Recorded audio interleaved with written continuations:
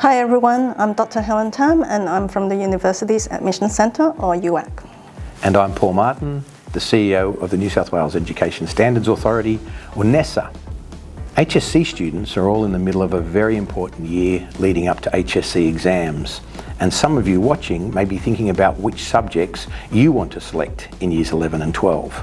Helen and I thought it would be helpful for us to get together and dispel some myths and answer some questions that have been sent in on video. Some of these misunderstandings have been flying around for years about things like scaling and getting top ATARs. So it's really good to have an opportunity to set things straight. So NESA, of course, runs the HSC, and at UAC we are responsible for calculating the Australian Tertiary Admissions Rank, or as you know it, the ATAR. So now Paul and I will each answer the questions that are relevant to us. Are you ready, Paul? Yes, let's take a look. Hi, I'm Scarlett Fowler from Blackstone High School. I'm with some Year 12 classmates. My first question is, what's the difference between HSC marks and the ATAR? Very good question, Scarlett. The HSC and the ATAR each have a different purpose. The HSC is the highest credential you can receive for completing high school in New South Wales. NESA calculates your HSC mark for each HSC course, which is a combination of your school assessments and the HSC exam, which NESA sets and marks. And at UAC, we use the results from NESA to calculate your ATAR, the Tertiary Admissions Ranking. And like the name says, it is a rank, not a score.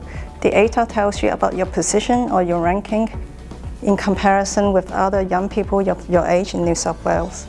Your ATAR reflects the 10 best units in your HSC courses, with at least 2 units coming from English.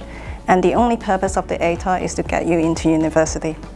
So we've all heard that some courses don't scale well, like Music 1 or CATS, so it's not a good idea to take them for HSC studies.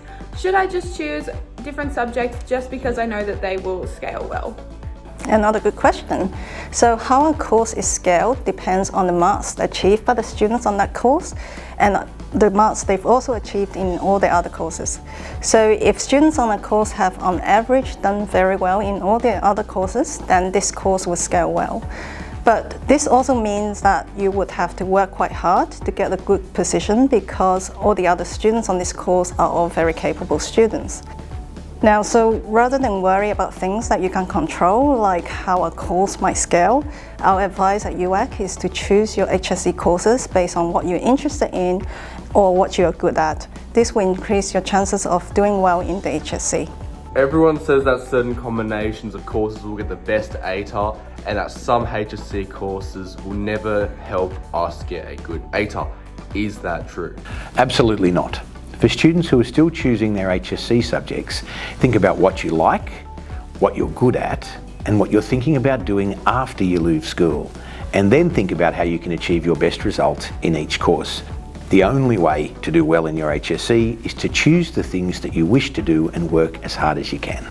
Just about any combination of courses can lead to a good ATAR. It all depends on how well you've done in your courses compared with other students.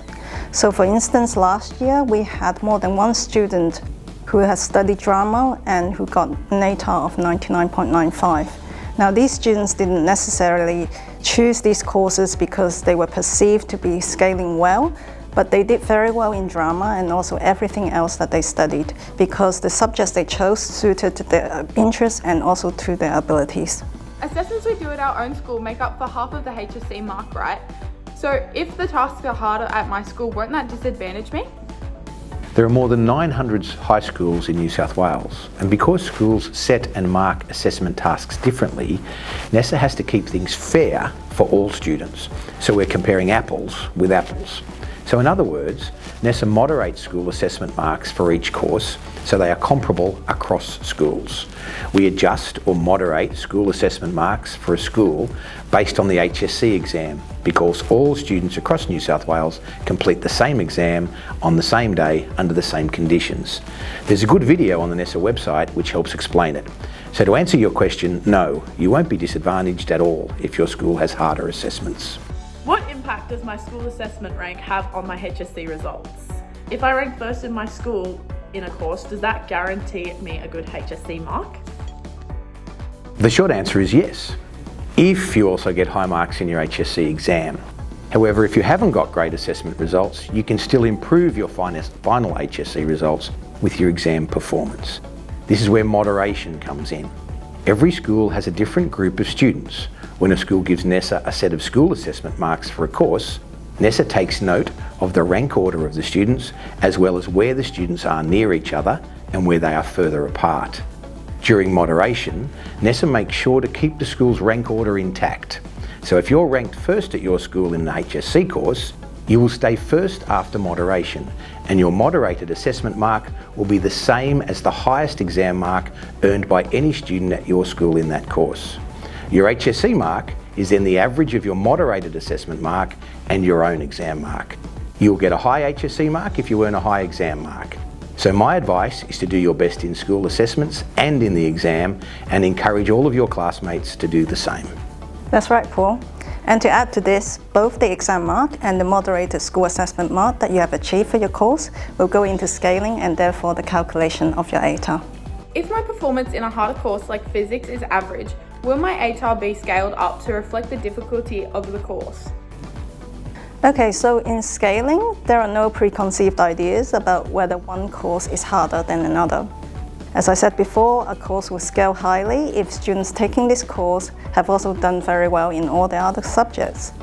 Now, traditionally, a course like physics has scaled well because this course tends to attract academically capable students. And these students are not just capable in physics, but in all the other subjects as well. Now, having said that, it doesn't mean that every student in a course that scales well will automatically get a high scaled mark.